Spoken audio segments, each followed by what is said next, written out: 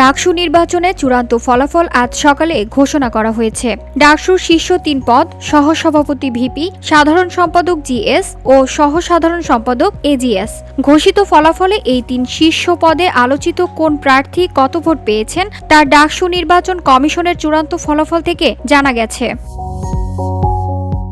সহসভাপতি ভিপি পদে ছাত্র শিবির সমর্থিত ঐক্যবদ্ধ শিক্ষার্থী জোটের প্রার্থী আব্দুল সাদিক কায়েম পেয়েছেন ১৪,০৪২ ভোট।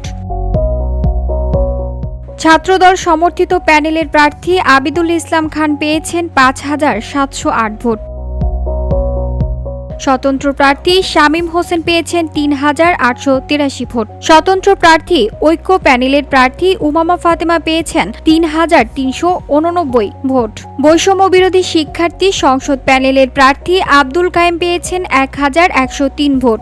প্রতিরোধ পরিষদ প্যানেলের প্রার্থী শেখ তাসনিম আফরোজ ইমি পেয়েছেন ৬৮ ভোট। সাধারণ সম্পাদক জিএস পদে ছাত্র শিবির সমর্থিত ঐক্যবদ্ধ শিক্ষার্থী জোটের প্রার্থী এস.এম. ফরহাদ পেয়েছেন ১০,৯৯৪ ভোট। ছাত্রদল সমর্থিত প্যানেলের প্রার্থী শেখ তানভীর বারী হামিম পেয়েছেন ৫,২৮৩ ভোট।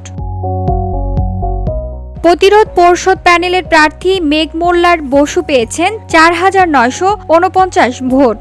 স্বতন্ত্র প্রার্থী আরাফাত চৌধুরী পেয়েছেন ৪,০৪৪ ভোট। বৈষম্য বিরোধী শিক্ষার্থী সংসদের প্রার্থী আবু বাকের মজুমদার পেয়েছেন ২,১৩১ ভোট। সহসাধারণ সম্পাদক এজিএস পদে ছাত্র শিবির সমর্থিত ঐক্যবদ্ধ শিক্ষার্থী জোটের প্রার্থী মোহাম্মদ মহিউদ্দিন খান পেয়েছেন ১১,৭৭২ ভোট। ছাত্রদল সমর্থিত প্যানেলের প্রার্থী তানভীর আল হাদি মায়েদ পেয়েছেন ৫,০৬৪ ভোট। স্বতন্ত্র প্রার্থী তাহমিদ আল মুদ্দাসির চৌধুরী পেয়েছেন ৩,০০৮ ভোট। প্রতিরোধ পরিষদ প্যানেলের প্রার্থী জাবির আহমেদ জুবেল পেয়েছেন ১,৫১১ ভোট। স্বতন্ত্র প্রার্থী মহিউদ্দিন রনি পেয়েছেন ১,১৩৭ ভোট।